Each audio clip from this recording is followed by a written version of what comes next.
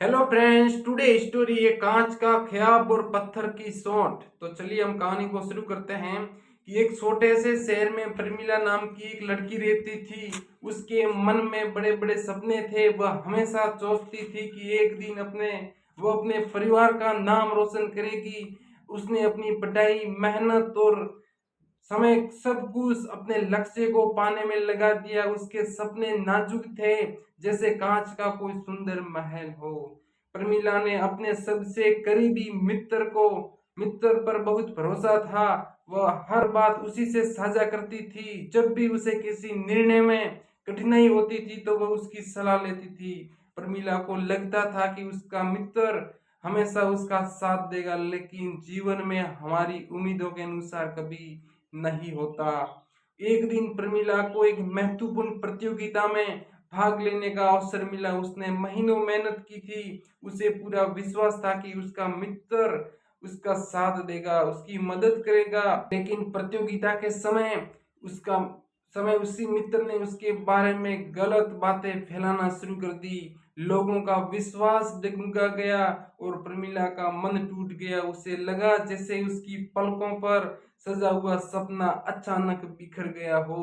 कुछ दिनों तक बहुत निराश रही। उससे लगा कि अब जीवन में कुछ नहीं बचा। जिस व्यक्ति को उसने अपना सहारा समझा था वह उसकी कमजोरी बन गया। वह खुद को टूटा हुआ आईना समझने लगी, जिसके टुकड़े बिखरे हुए हो।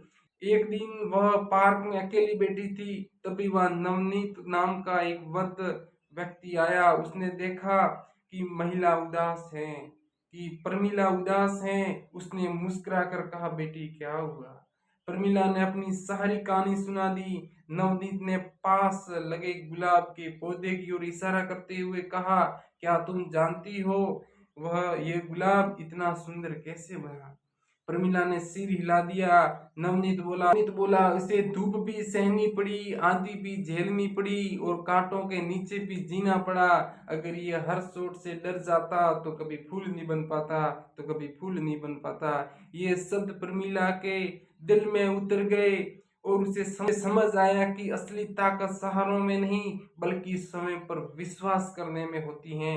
उसने फैसला किया कि वह अपनी हार और धोखे को अपनी मंजिल की रास बांधा नहीं बनने देगी। अगले दिन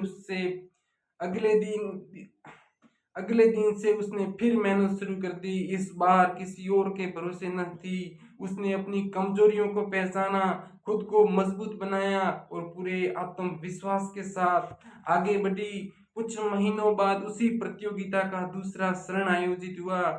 प्रमिला ने उसमें भाग लिया और शानदार सफलता प्राप्त की। लोग उसकी मेहनत और संघर्ष की मिसाल देने लगे।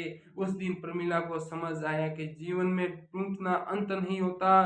कभी कभी कांच के टूटे हुए टुकड़े ही हमें यह सिखाते हैं कि खुद को फिर से कैसे जोड़ा जाए। इस पूरी कहानी से दोस्तों में यह शिक्षा मिलती है कि जीवन में धोखा, असफलता और टूटे हुए सपने हमें कमजोर करने नहीं बल्कि मजबूत बनाने आते हैं। जो व्यक्ति हर चोट के बाद फिर खड़ा हो जाता है वही अंत सफलता की ऊंचाइयों तक पहुंचता है।